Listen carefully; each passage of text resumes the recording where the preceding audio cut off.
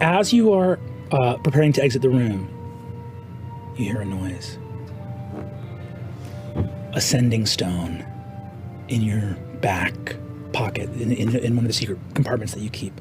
A small sending stone is... I'll retrieve it. As you hold it aloft and move it so that it can create noise, you hear a voice say, "This is Talon to Wingspan, Talon to Wingspan." Yes.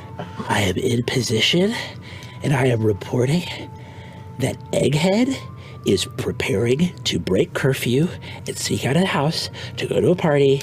And you said that she's not allowed to leave, but she's about to leave, and she has no idea that I'm here. She has no idea that I can see her. She's about to do it. Oh my God! This is great. This is your son, My son, Kier. yeah. This is your son, Kier. He's using code names for you, himself, and your daughter that you have never heard before. They change a lot. The code names change a lot depending on what he thinks is cooler that week. And you are standing in a room with a dead body listening to your son describe your daughter about to head out to one of what have to presumably be many parties happening on the eve of the replenishment. Sure. Talon 2, this is Wingspan. Say again, this is Wingspan. Communication's a little shoddy. Wow. Did you say Egghead is snuck out? Affirmative. I see her. She snuck downstairs into the kitchen, and she got a bottle normally reserved for Wingspan and Clear Eye, and I saw her take a swig from it, and then she made a face like it was really bad, and then she took another swig from it, and then made a face like it was even worse. I don't know what it's about, but I know she's up to no good. This is very good, Talon 2. Very good. No. You are in no way to engage with Egghead. She's dealing in dark magic. I knew it. Keep an eye, but keep your distance. I kind of look over my shoulder at the door in the room. I'll be home when I can. I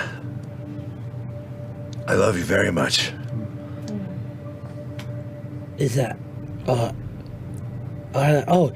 love you too, Dad. Sorry, I thought we were still doing some... No, Talon 2. Keep objective professionalism. Yeah. No telling who could be watching. Copy that, Wingspan, and me too. Me too. Thanks, son. I'll be home later. Okay.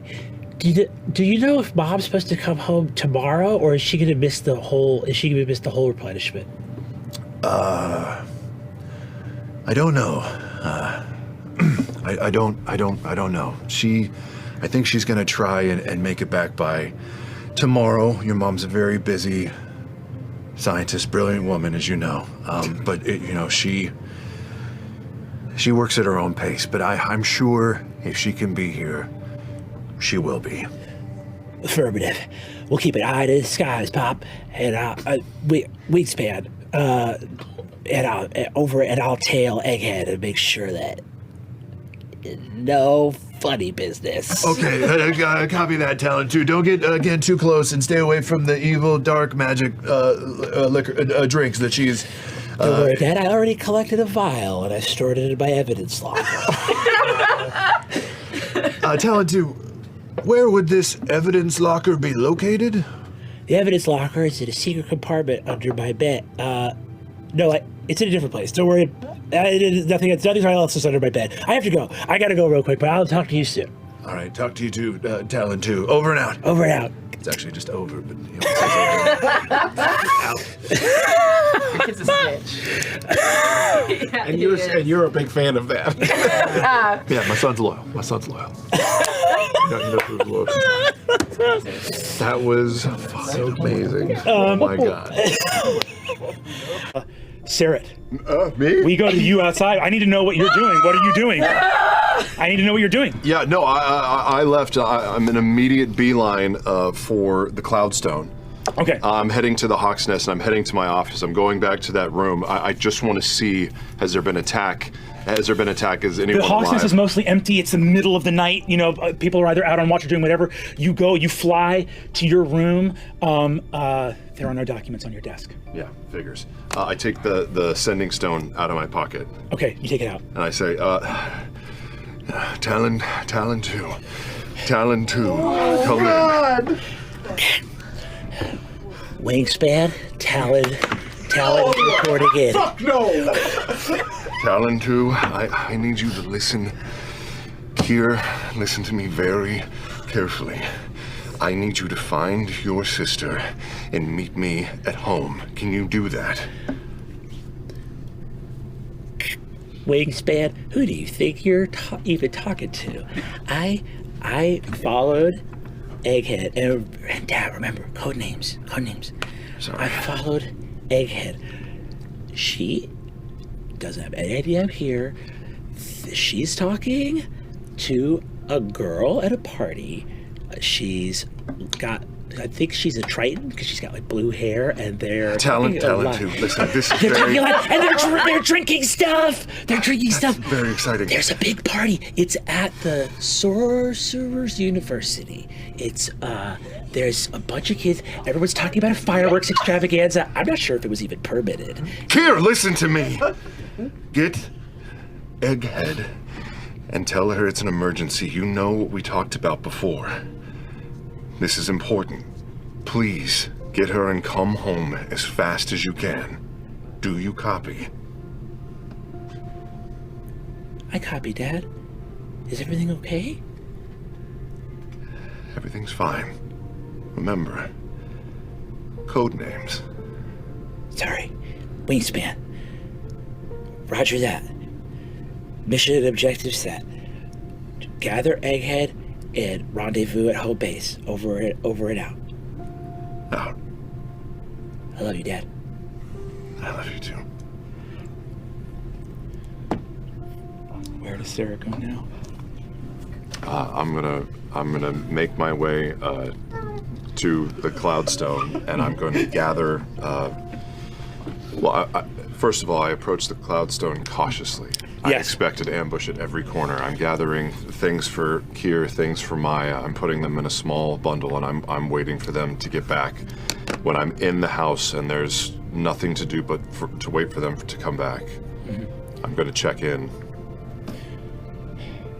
So you go to Cloudstone, you look at everything you can, and then you're gonna go back to your house. That's the plan, right? Yeah, I wanna get them out. While you are at the Hawk's Nest, you search your office, nothing there.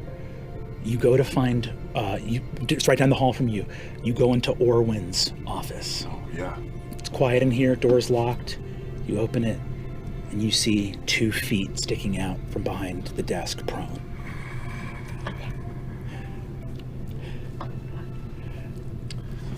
I unholster the Hawks. I look around the room. 10 feet blind sight. Anyone in here but me and him, or the feet? Blood's had time to sink into the carpet. There's no one in here. He's my old partner. I'll walk around the side of the desk. You walk. You see, as he was bleeding out, the artifacts are gone. The things from the crime scene are gone. But you look, Orwin was a good eye of Avalier. And he looks up in death, and you can see from some of the drag marks here that he took a couple out with him. In his hands, you see that there are 2 magical items. They are a simple thing. You know what they are. The eyes need to use magical items like these because you guys aren't wizards, and you have to make it make sense in this world of magic and insanity, and try to find reason and logic in a place that seems ruled by the belief that there are never going to be prices or consequences for any of this. They're simple magic items. There's 2 of them. They're like potions. You break them, and they do the spell that they're supposed to do. They're called Runes of Recall. You see scrawled in the script of a dying man to his old friend. He says, I don't know how much time we got. They're for your kids. They're keyed to the mom. Wishing you all the... And that's all that he had strength to write.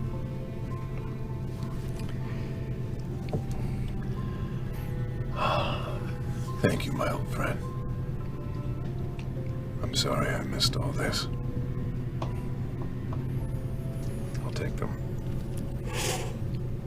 2 Runes of Recall. 2 tickets out.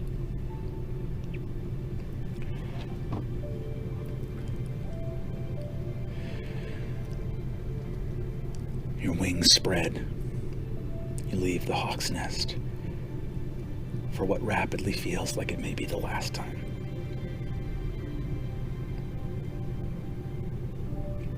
You fly home.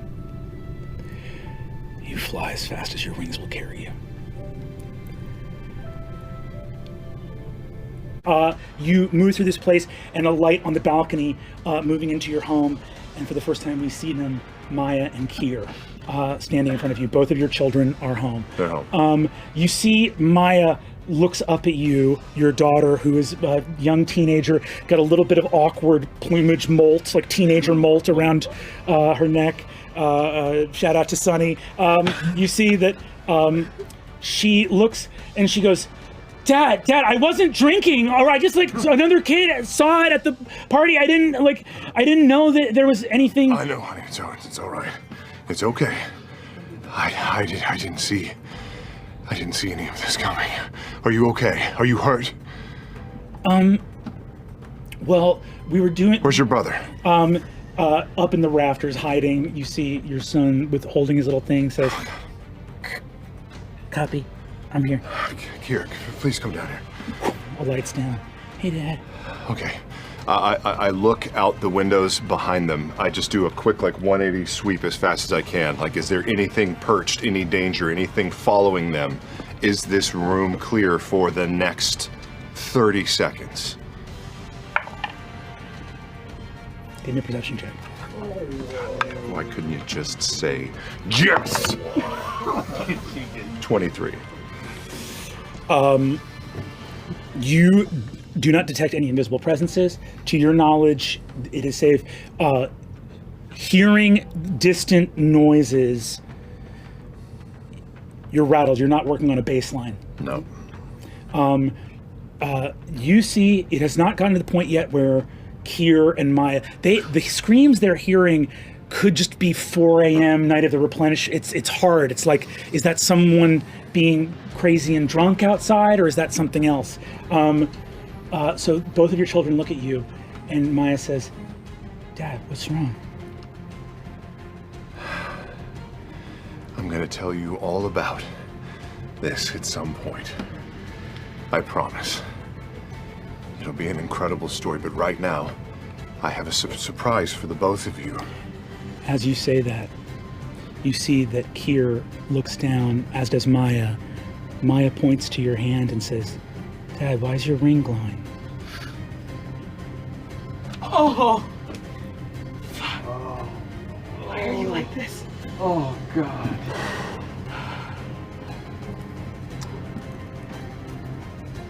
It glows when danger is near, Okay.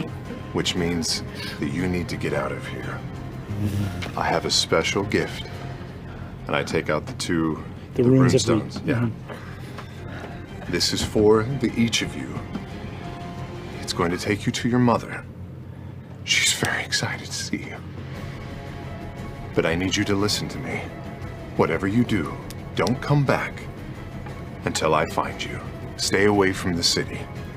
Dad, why are you talking like this? Is Maya, everything it's very okay? important that you listen to me. Yes, it's okay, but I need you to listen very carefully. It's up to you to take care of you and your brother. Do you understand? Well, you see, Kier says, but if the city's not safe, what about my friends at school? And wait, we had a... And you see, Kier. Maya says, Dad, why are you talking like this? Like, we're going to come back I understand. I take her hand. I open it. Kira, come here. I open his hand as well. I love the both of you so much. So much. Dad.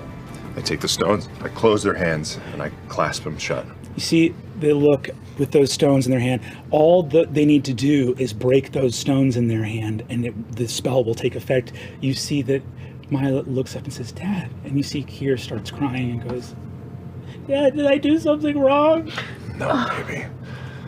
I'll always have my eye on you, and I squeeze their hands. And both of them vanish as you see Maya goes, wait! And they're gone. You said that because you're in the same order.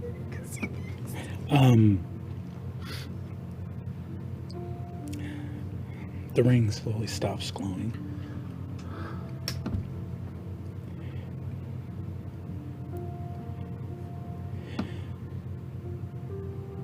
They're out of the city.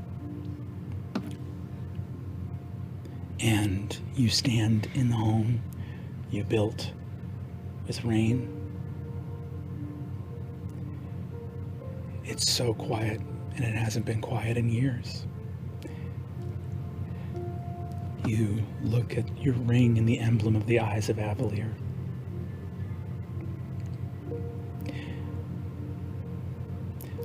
Looking at this home and all the noise that would be here with young kids growing up.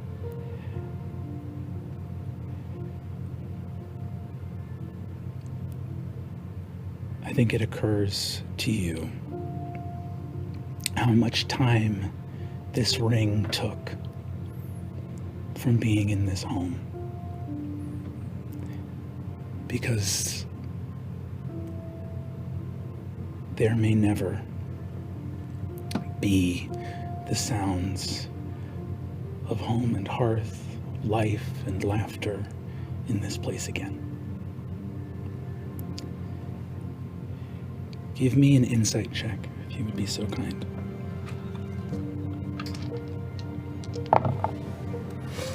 Yeah. 26.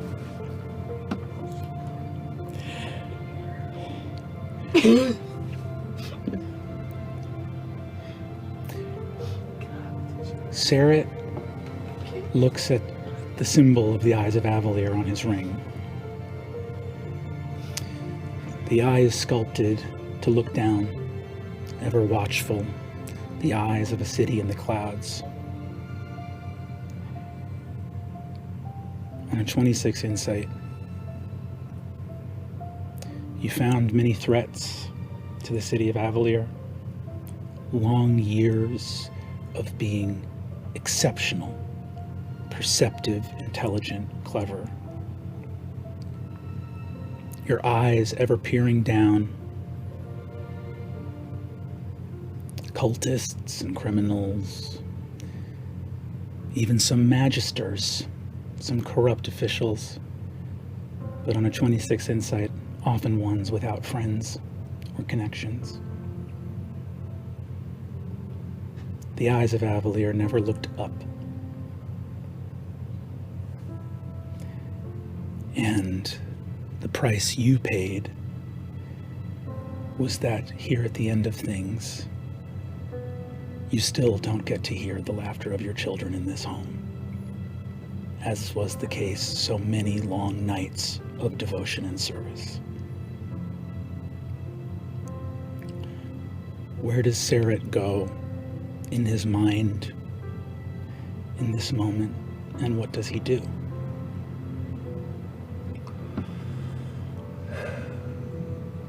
Cerrit slowly takes the ring off of his finger and almost absent-mindedly starts to walk to his home office just down the hallway. Pushes the door open. And as you'd probably imagine, it's a wreck. Papers, pictures, drawings, cups, dishes, the remnants of all of his work, of his obsession, of his craft, of his eye. And he's furious.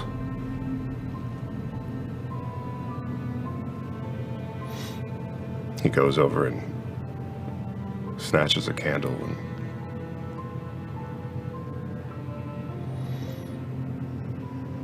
looks around and holds it to a nearby wall. And watches it just dance up.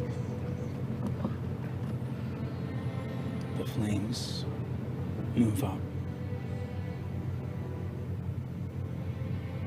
You step back out into the hallway.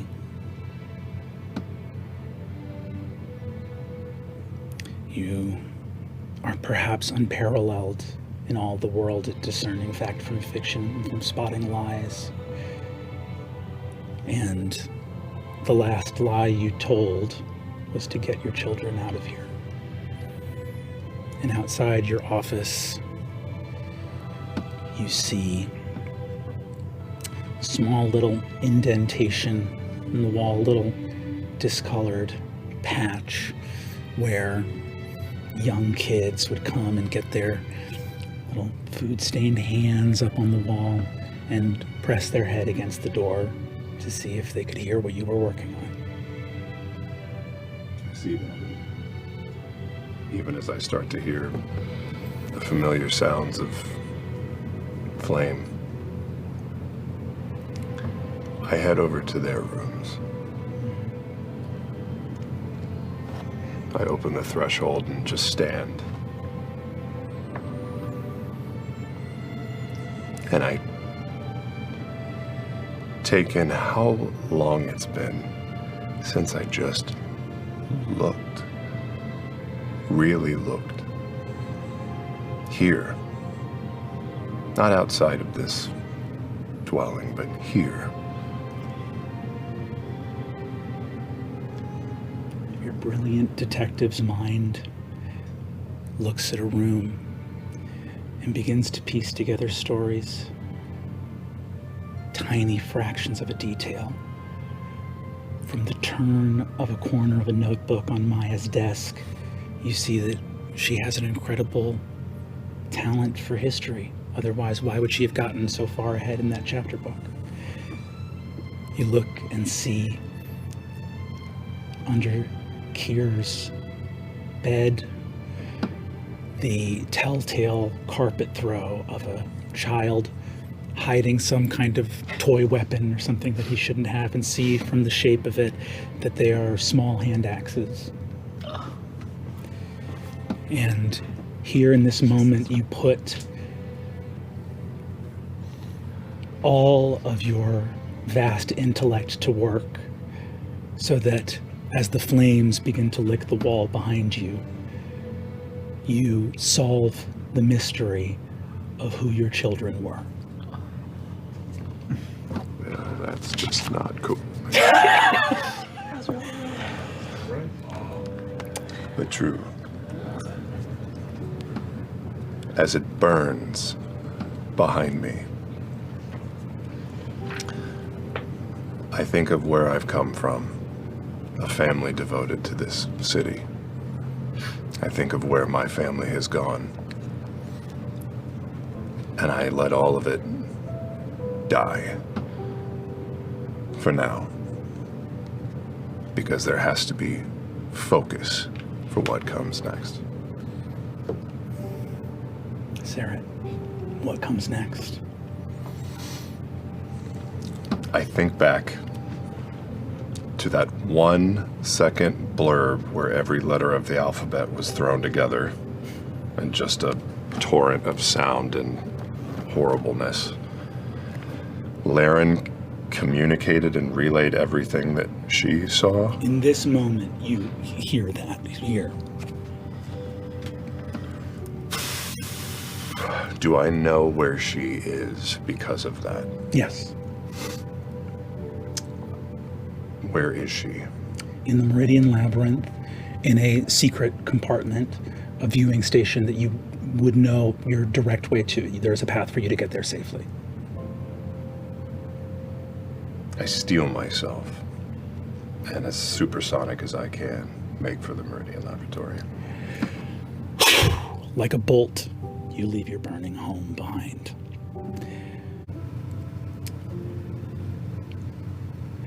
Cerrit, you hear in your stone.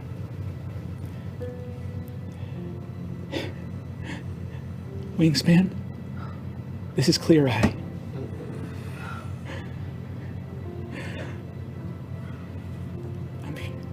I hear you, Clear Eye. What's happening?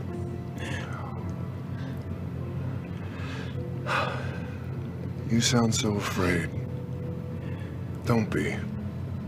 Are you with your mother? You speak now to...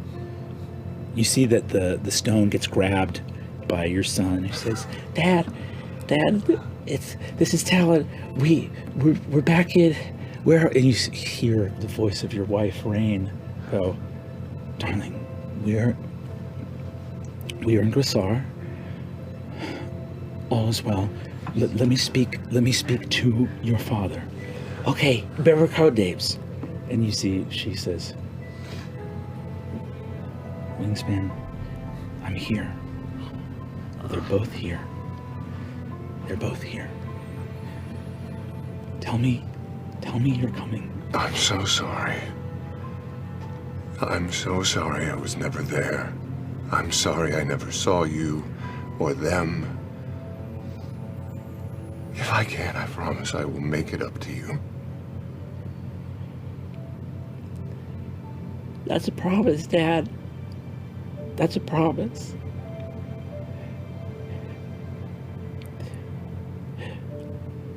Darlings, I want you to go inside. Everything's gonna be all right. You hear the noise of your children.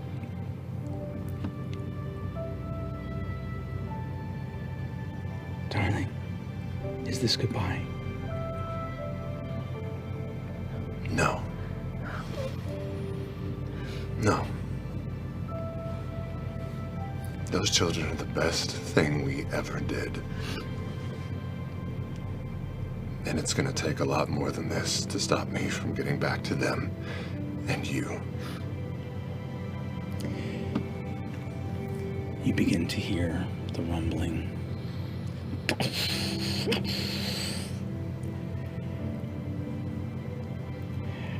Darling, I want you to know, don't in your heart have this, don't feel regret.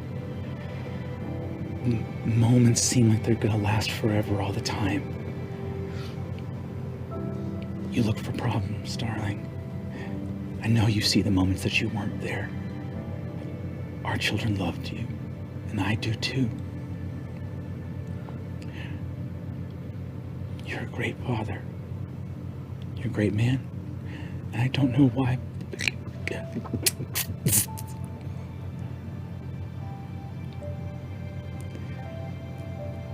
The eruption of energy. Stone goes dark. You hear the noise of collapse in the labyrinth outside.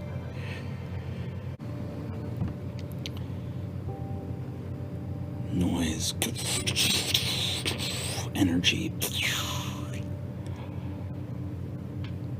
Cerrit, in this final moment,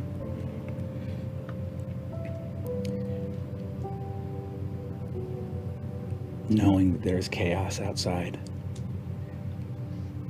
the halls are crumbling, energy is being released. Do you attempt to keep your promise to try and make your way out, or do you accept what is to come? I'll move to the door. And look, my children deserve that. My eyes go wide, feathers up. Can I send him across the bond? The labyrinth that I know so well, like directions to the closest viewing window that he could potentially make his way out of. The directions to the yes, absolutely. This will be our final roll of this campaign. You have bardic inspiration. I do. A D10. A D10. And mechanically that's getting advantage, correct? I do. You have a die of Bardic Inspiration. You have advantage. This is the Calamity. DC we are setting is 30. How And is he this- all the way across the room? He is most of the way across the room, I believe. Yes. Why? I'll try to just throw him my talisman. I have a packed boon talisman. And that adds a A D4 if he fails. D4 if he fails. You're going to roll this with advantage. And you have a die of inspiration. Let's roll the inspiration first. Inspiration first. See what you're adding. That's cocked. 8. Okay. You're rolling with advantage, and if you fail, you get a D4. What The am I rolling? Investigation, which is plus with that inspiration plus 21. Come on, Justice. You've got this. It's a plus what? Plus 21. That's a 31. Oh! It's a 10. No way. Laren and Loquacious embrace. Your movement is the only thing that saves you, that you can move 150 feet around. Underneath you, Raushan and Kamort are released. You made sure it would work. Fire and earth together. Magma, lava, veins of red opening in the earth. As Avalier crumbles and the magic spreads, sprinting through collapsing tunnels, soaring as fast as you can through tight turns. Do we still have some remnant of a telepathic bond? Yes. Can I reach out to Laren and say, the brass ring endures. I want you to know you gave us a chance. I don't think you hear anything back. Just you feel relief.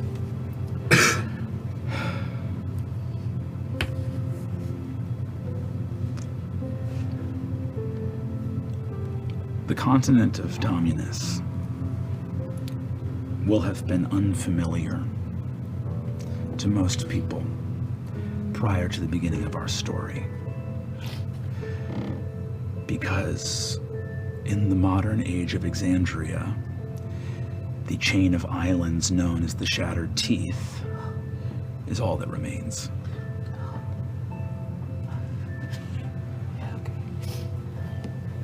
Okay. The most it could be contained to ensure that it would work was the land of Dominus.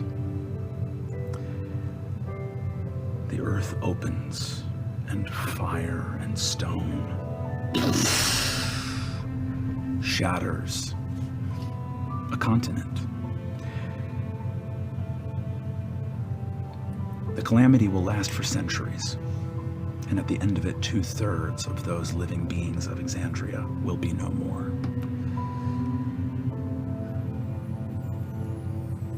Some large amount of that greater number died not only in the first year, but in the first moments of calamity. As Raushan and Kamort, believing that they will rejoin the betrayer gods, are instead unmade, disenchanted, bound to a surging ley line, and fired, diffused through as many realms as the Layrite could send them through. 2 great titans are destroyed. Say what you will about the Age of Arcanum, but great workings were indeed possible.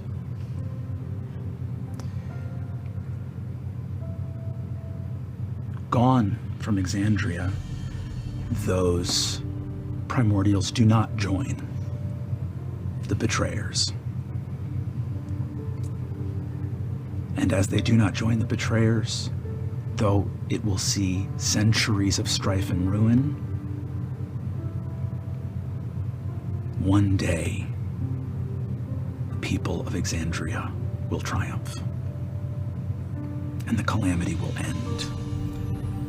Many will be lost. Divinity will be forever sequestered behind the divine gate.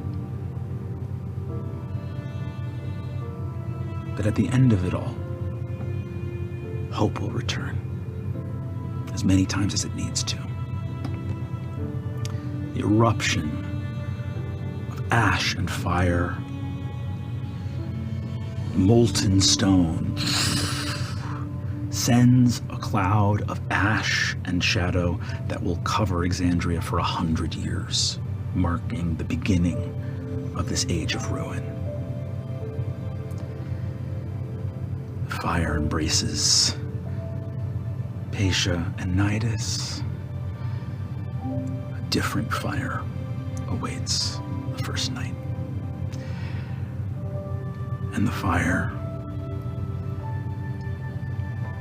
as brightly as it may burn, does not burn so brightly as your love, which shines the brightest in your last moment, having given this world a chance.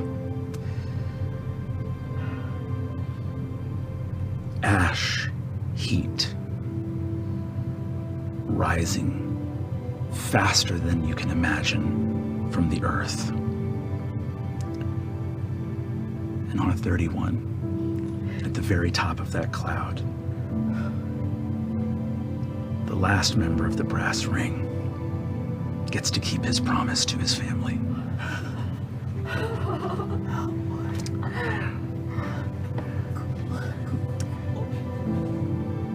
You fly for weeks over oceans choked by ash and soot. You don't get to give your kids the world that they deserve, but you get to give them the world that they can fight for with you.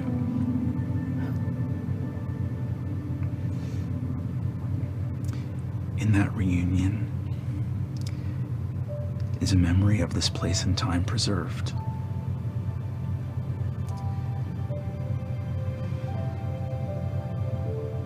I don't know that I can promise the future of Cerrit, his wife and their children, nor the future of those children aboard the ships of the Golden Scythe, nor Evandrin and Elias out amongst the stars.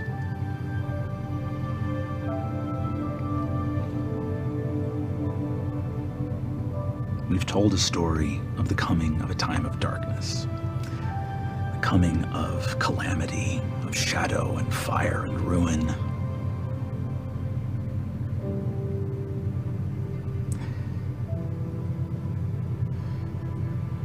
Why do we tell stories? To try to make sense of a world that can be terrifying and enormous. In Exandria, I don't know that your story will long be known. I don't know who will remain to tell it. But it did happen, and it did matter. And though calamity is here because of you, it will not be here forever.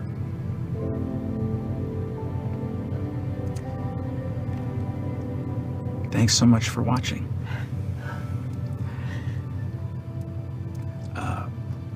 For all of you at home, we're sending lots of love, and it has been an honor beyond words to be at this table and tell this story with you all.